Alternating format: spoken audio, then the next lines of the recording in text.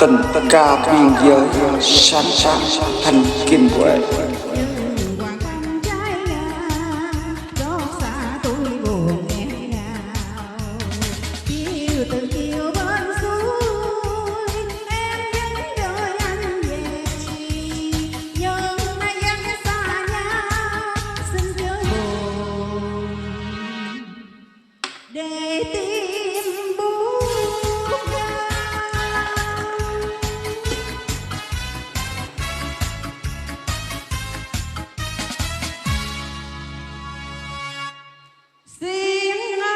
Đừng dội nói xa nhau cho tâm hồn đau khổ.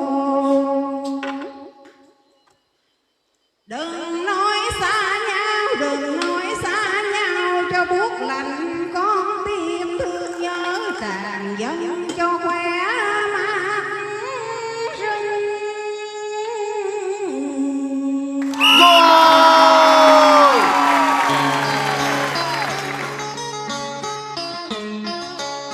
Em vẫn nằm mong gửi đầu, đôi khi muốn quên mà lòng sao thấy nhớ, muốn xa mà dạ thấy nao nao.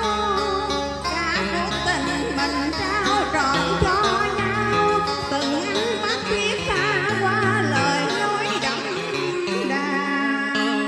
Mà bây giờ hai đứa phải xa nhau thì bảo sao lòng không nghe chua xót.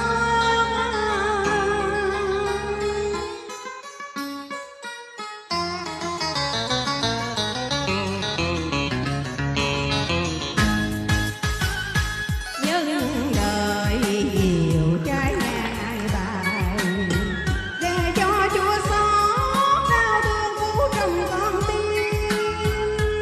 Lời chia tay cái xé tim đây, ánh mắt nụ cười đâu dễ trôi qua.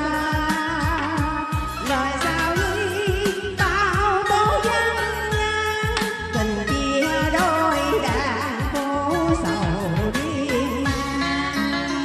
Xin ơi nếu biết trước yêu nhau là tháng sầu nhớ, thì ngày xưa đừng mò hẹn làm gì.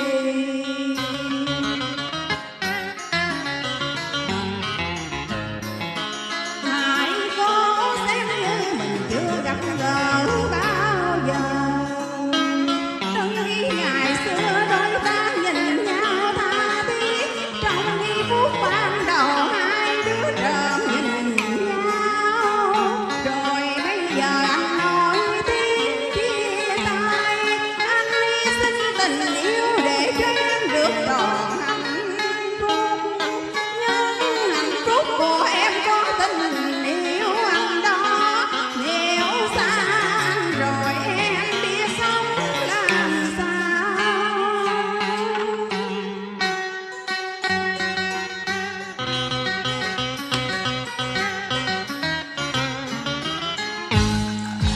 Đừng nói xa nhau cho tâm hồn đau khổ, đừng nói xa nhau cho mắt lệ quen bờ. Lời thiết tha quá tâm tư cho mộng cho mơ, với một tiếng tiếng yêu nhau mối tình đẹp ngàn sao. Đừng nói xa nhau cho tâm hồn đau khổ, đừng nói xa nhau cho mắt lệ quen dầu. Đêm nay trăng sáng đầu non, trời cao quanh chứng cho duyên đôi mình. Dù cho giấc đôi sao dời, sao ly chỉ có bóng mình mong xuyên.